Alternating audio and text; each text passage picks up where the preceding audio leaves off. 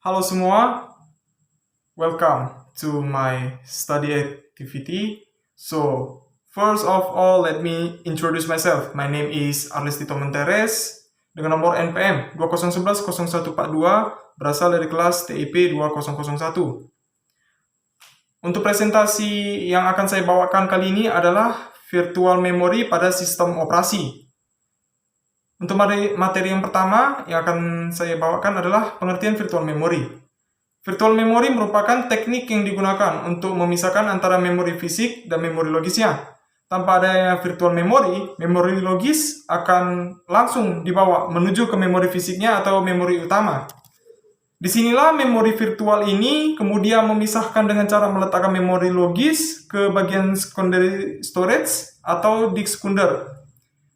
Jadi, virtual memory ini bisa dibilang cara kerjanya sama dengan RAM, tapi tidak menjadikan virtual memory ini sebagai RAM. Memori virtual tersebut selanjutnya akan digunakan oleh sistem operasi pada saat komputer menjalankan program yang memiliki kapasitas lebih dari memori yang tersedia. Virtual memory bertujuan untuk menciptakan sebuah file khusus yang dinamakan dengan swap file. Dengan adanya virtual memory ini, maka pekerjaan seorang programmer menjadi lebih mudah pada saat kapasitas data dan juga programnya melebihi dari kapasitas yang utama. Sebuah multiprogramming juga bisa menerapkan teknik ini. Jadi keuntungan yang diperoleh dari penyimpanan hanya sebagian program saja pada memori fisik adalah berkurangnya proses input-output yang dibutuhkan, ruang menjadi lebih leluasa, meningkatnya respon karena menurunnya beban input-output dan memori, bertambahnya jumlah pengguna yang dapat dilayani, memungkinkan komputer untuk menerima lebih banyak permintaan dari pengguna. Pada virtual memory, instruksi atau data program harus dibawa ke physical memory agar bisa dieksekusi. Pada CPU metode lama, metodenya membawa seluruh page untuk satu proses ke memori.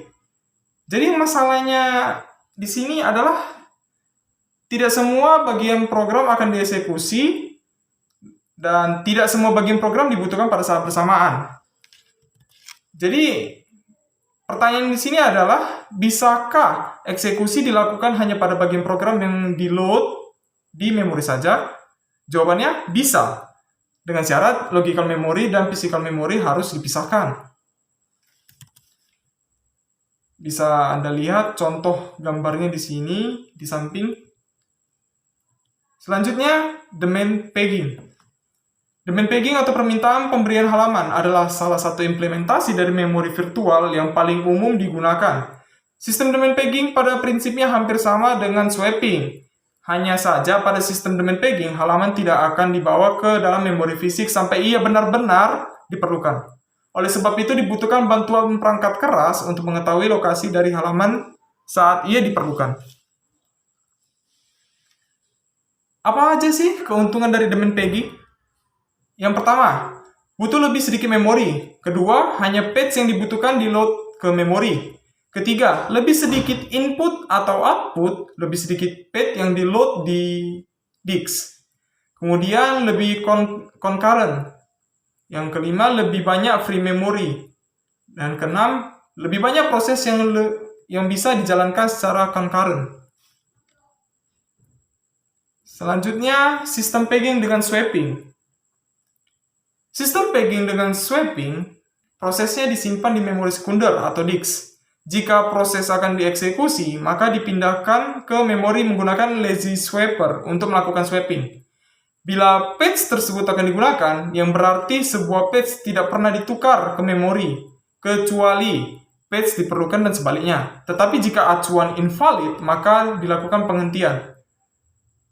Contoh gambarnya ada di samping. Selanjutnya, untuk membedakan antara page pada memori dengan page pada disk digunakan valid-invalid bit. Table page untuk page yang berada di memori diatur valid, sedangkan table page untuk yang tidak sedang di memori diatur invalid, seperti gambar di samping. Saya akan menjelaskan maksud dari gambar di samping. Pada gambar di samping, akses ke page yang diset invalid menyebabkan page fault yang menyebabkan trap ke sistem operasi karena status register, kode kondisi, counter instruksi dari proses interrupt disimpan bila terjadi page fault. Proses dapat dimulai lagi pada tempat dan status yang sama, kecuali page yang cocok sedang di memori dan sedang diakses. Prosedur untuk menangani page fault seperti berikut. Sistem operasi melihat tabel untuk menentukan jika acuan invalid, maka proses dihentikan dan page yang sedang tidak berada di memori. Jika acuan invalid, dilakukan trap ke sistem operasi. Kemudian sistem mencari frame kosong. Selanjutnya sistem melakukan proses swapping ke frame bebas. Kemudian tabel page direset, bit invalid diset 1 atau valid. Kemudian instruksi di restart. Contoh untuk page fault-nya ada di sini. Selanjutnya kita masuk ke performa demand pegging. Demand pegging memberikan efek yang signifikan dalam kinerja sistem komputer. Diasumsikan MA adalah access time ke memori dan P adalah probabilitas terjadi page fault. Maka effective access time didefinisikan sebagai effective access time sama dengan 1 dikurang P dikali MA tambah P dikali page fault time. Notes-nya atau catatan untuk menghitung effective access time harus diketahui berapa waktu yang diperlukan untuk melayani page fault. Page fault menyebabkan terjadi trap ke sistem operasi seperti yang sudah saya katakan di sebelumnya. Memeriksa page acuan legal atau tidak akan menentukan lokasi pada disk. Sistem harus mempertahankan rata-rata page fault yang rendah pada sistem demand pegging. Sebaliknya, jika effective access time meningkat, maka akan memperlambat eksekusi proses secara drastis. Page replacement. Page replacement diperlukan pada situasi di mana proses dieksekusi perlu frame bebas, tetapi tidak tersedia frame bebas. Langkah-langkah untuk page fault yang memerlukan page replacement seperti gambar di samping adalah sebagai berikut. Mencari lokasi page yang diharapkan pada disk, mencari frame kosong dengan cara bila ada frame kosong gunakan, bila tidak ada gunakan algoritma page replacement untuk menyeleksi frame yang akan menjadi korban. Simpan page korban ke disk, ubah table page. Baca page yang diinginkan ke frame kosong yang baru, ubah table page, dan mulai kembali proses user. Algoritma page replacement. Terdapat beberapa algoritma page replacement. Setiap sistem operasi mempunyai skema yang unik. Algoritma page replacement secara umum diinginkan yang mempunyai rata-rata yang page fault rendah. Algoritma dievaluasi dengan menjalankannya pada string tertentu dari memori reference dan menghitung jumlah page fault. String yang mengacu ke memori disebut reference string. String acuan dibangkitkan secara random atau dengan menelusuri sistem dan menyimpan alamat dari memori acuan. Pada page replacement, ada 3 bagian pada page replacement, yaitu algoritma FIFO yang merupakan algoritma yang paling sederhana, kemudian algoritma optimal yang menggunakan atau mempunyai rata-rata page fault rendah, dan yang terakhir adalah algoritma LRU yang merupakan perpaduan antara algoritma FIFO dan optimal. Alokasi frame. Alokasi frame berhubungan dengan mekanisme alokasi sejumlah memori bebas yang tetap di antara beberapa proses.